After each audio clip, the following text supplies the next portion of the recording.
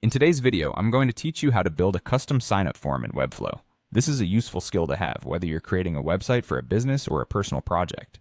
Creating a tailored sign-up form can really make your site stand out and help gather the information you need from your users efficiently.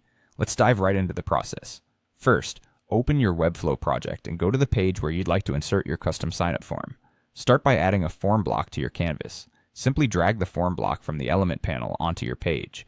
Once you have your form in place, it's time to start structuring it with the fields necessary for a comprehensive sign-up experience. Since most sign-up forms need to have essential fields like name, email, and password, let's start with those. Add a text field to capture the user's name. Don't forget to label this field as name so users know what information they're expected to input.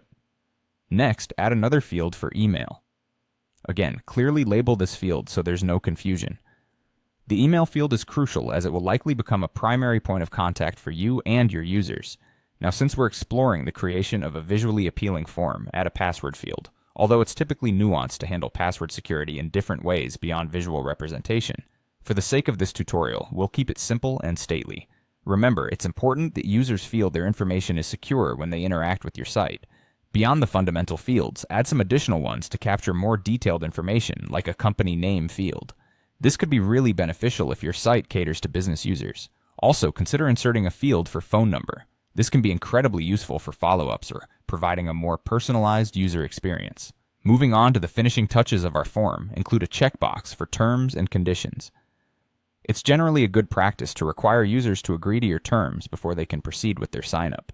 This not only protects your site legally, but also sets clear boundaries and expectations for your site's use. Clearly label the checkbox so that users understand its importance. And consider linking it to a page that outlines your terms and conditions in more detail. With the fields now in place, let's focus on styling. Webflow allows for robust customization, so feel free to adjust the form fields and button designs to match your site's aesthetic.